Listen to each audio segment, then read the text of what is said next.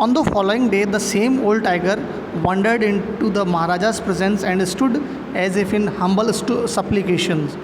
Master, what do you command of me? It was with a boundless joy that the Maharaja took careful aim at the beast. The tiger fell, crumbled heap. I have killed the 100 tiger. My vow has been fulfilled. The Maharaja was overcome with the elation, ordering the tiger to be brought to the capital. In the grand procession, the Maharaja hastened away in his car. So students, when Maharaja shot the tiger, he felt very happy and he thought that he has completed his vow and he had killed the 100 tiger. The tiger was like just like a pet animal. He came in front of the Maharaja and just like he was saying that what are the orders, my master, and he sit down in front of the Maharaja shot down the tiger and he felt very happy and he ordered the servant to brought the tiger in a great procession, okay, and he went away in his palace in his car, okay. After the Maharaja left, the hunters went to a closer look at the tiger. The tiger looked at them, rolling its eye in a bafflement. So students, there was a great mistake. The tiger was not died by the bullet. The bullet missed its mark. And when the servants looked at the tiger was not dead. The man realized that the tiger was not dead. The bullet had missed it.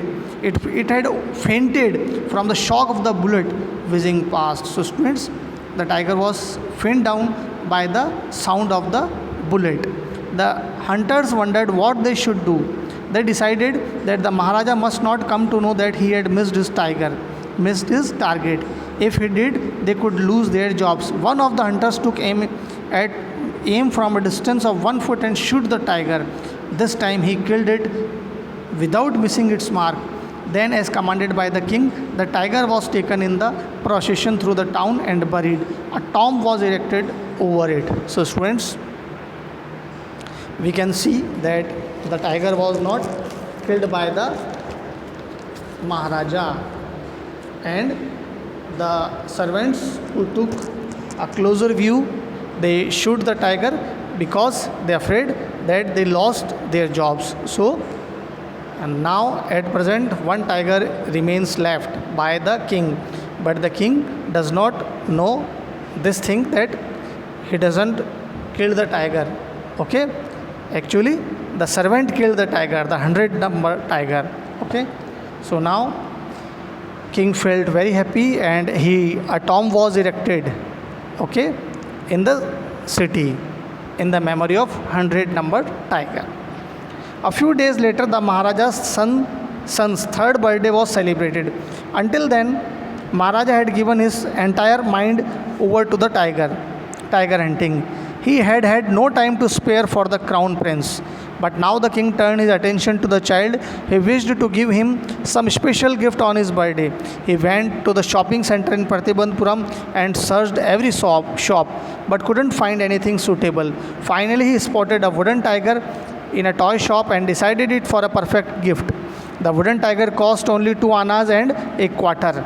But the shopkeeper knew that if he quoted such a low price to the Maharaja, he would be punished under the rules of emergency. So he said, Your Majesty, this is an extremely rare example of craftsmanship. A bargain at 300 rupees. Okay. Very good. Let this be your offering to the crown prince on his birthday, said the king, and took it away with him. On that day, father and son played with that tiny little wooden tiger. It had been carved by an unskilled carpenter. Its surface was rough. Tiny slivers of wood stood up like quills over it. One of the slivers pierced the Maharaja's right hand. He pulled it out with his left hand and continued to play with the prince. So students, after a few days, king's son's birthday came and it was celebrated very nicely. And the king brought a wooden tiger as a gift for his son. When they both are playing with the tiger, one sliver pierced the Maharaja's hand. It means एक नुकीला भाग जो महाराजा के हाथ में चुभ जाता है और उससे उनको इन्फेक्शन हो जाता है. And the next day, Maharaja was infected by the wooden toy. Okay. So what happened then? The next day, infection flared in the Maharaja's right hand. In 4 days, it developed into a suppurating sore which spread all over the arm. Three famous surgeons were brought in from Madras. After holding a consultation, they decided to operate. The operation took place. The three surgeons who performed it came out of the theatre and announced the operation was successful. The Maharaja is dead. In this manner, the 100 tiger took its final revenge upon the tiger. So, my dear students, after when the Maharaja was infected by the wooden tiger, three famous surgeons came from Madras and decided to operate the Maharaja. Okay. After the operation, doctors came from the operation theatre and declare that operation is successful and the Maharaja is dead. So in this manner, the 100 tiger killed the Maharaja.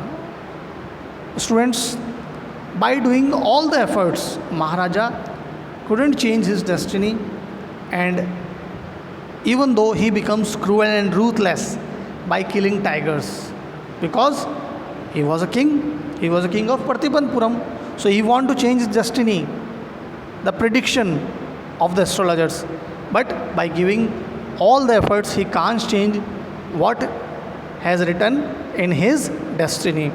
And from the 100 number tiger of wooden tiger, he was killed by an infection. Okay, thank you.